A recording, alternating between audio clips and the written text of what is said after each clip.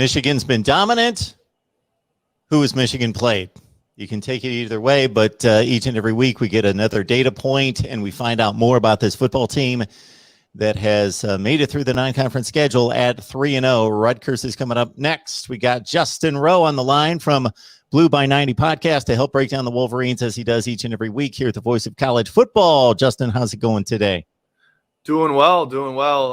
Tell me if you've heard this before. Michigan is playing very well through their non-conference schedule, and people are jumping on board. Does that sound familiar? Yeah, I've heard that once or twice or 37 times. Yeah, seems like it's a broken record. After the obvious poor season last year, right back on track with all these non-conference wins, and now you head into the Big Ten conference schedule, and we'll see if that is actually accurate or if that was just those fluff games. Please like the video, share these videos out on social media, and subscribe right here at the Voice of College Football. So, Justin, there are some people who will not be pleased until there's a big-name opponent on the other sideline. You could score 1 million points, but we see teams that are supposed to be at Michigan's caliber every week in college football struggling to get past these teams, winning by a score or two. They are laying down the hammer each and every week in a different way. Sometimes the defense has been consistently good through 3 games. But in regards to 63 points against Northern Illinois, not a good football team. A football team, though, that's a couple weeks removed from beating Georgia Tech. And if you connect the dots and you're a fan of doing that, took Clemson to the wire on Saturday. So just a dominant all-around performance against NIU.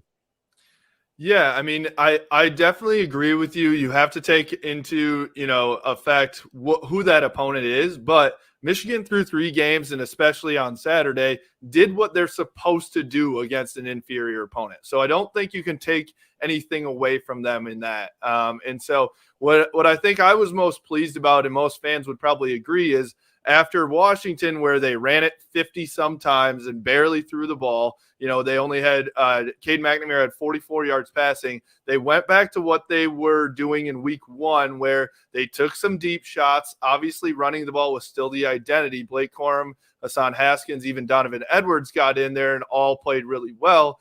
But they aired it out. Cade McNamara to Cornelius Johnson, 87-yard touchdown, which is the 3rd longest touchdown in Michigan history. So they went back to what they were. It's a little more balanced, obviously very much more run heavy, but they were able to open it up a little bit. And I think that's what most people were pleased about. I told you before we started to record that Cade McNamara's season stats look like a 1-game stat for most quarterbacks across the country, about 350 yards passing, 3 touchdowns, no picks, but very efficient. The no picks, as long as he can keep that stat up, that would be optimum efficiency, of course. So your thoughts about Cade McNamara, and again, a very small sample size in regards to taking shots downfield, but he's connecting. Yeah, I mean, the thing is, on Saturday, he only played 2 quarters. So you do have to take that into effect as well. He didn't play. He only played 3 quarters in week 1 as well. Obviously we thought that he struggled a little bit against Washington too, but they took what they were going to with the run. What I think about Cade McNamara is what he's shown is that he's capable of making every throw. Whether they're going to do that a lot or not is definitely more the question. But he's been throwing the deep ball pretty dang well. He gets it to his running backs on the out routes. He gets it to his fast wide receivers, in the middle of the field as well. He even got it to his tight ends a couple times, which Michigan has used their tight ends very heavily, under Jim Harbaugh as well. And so I think Cade McNamara is super capable. Whether he's going to be, highlight reel guy, probably not. But I think that he is very capable in terms of what he can do. And the efficiency is what stands out. 8 for 11 on Saturday. He was 9 for 11 in game 1. They're trying to use Cade McNamara in what was kind of a Jake Rudock type in Jim Harbaugh's first year, where field general, game manager type guy, don't make those mistakes, no turnovers, as you said. And then maybe we see them take some more deep shots as people do stop the run. You know, when we go into Rutgers and Wisconsin in the next few weeks, they're not going to be able to run the ball quite like they can against Northern Illinois. So they might have to throw the ball more. And that's where we'll really see if Cade McNamara is that guy that can do it all or not. And it seems, Justin, like they're using JJ McCarthy in such a way to send an obvious message that Cade McNamara is the starter. We're not trying out JJ McCarthy. Cade McNamara is the starter. But fortunately, they've been so dominant through 3 games that they can bring in JJ, and then he's going to be ready if they need him under game circumstances. Yeah, I mean, a lot of people want to see JJ. He's the 5-star. He's that guy, you know, obviously highly recruited. And so I think that JJ has also come in and he's made it clear that he's also capable of making most of these throws. I think that what we saw from him in the spring and even a couple times here early in this fall season is that he makes freshman mistakes. That's expected, right? He's not quite game ready, I don't think, to be the number one guy. But I 100% agree with you that if anything were to happen to Cade McNamara, if he were to stumble, JJ's ready right there to come in and probably be a very serviceable quarterback and do basically what they're asking of Cade McNamara is not a whole lot. So I think JJ could do the exact same.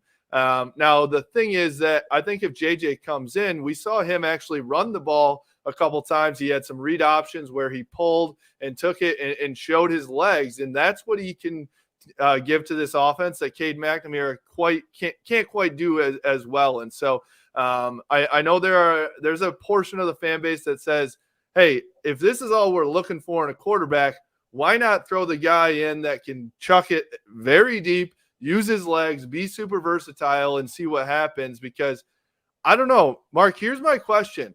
Let's say Cade McNamara does everything he's asked for this whole season. What do you do next year? When JJ's a sophomore, Cade's still going to be there, and then you have to make a decision. So it'll be interesting to see how that all plays out. It is, because you've got the high ceiling guy versus the guy that's doing everything right. And as long as you feel very confident about the other aspects of your team, and Jim Harbaugh, known to be a conservative coach in certain ways, and this would be the one way, as most coaches are, that want the security of knowing what he's getting from that position rather than, okay, this is a bit more of a wild card.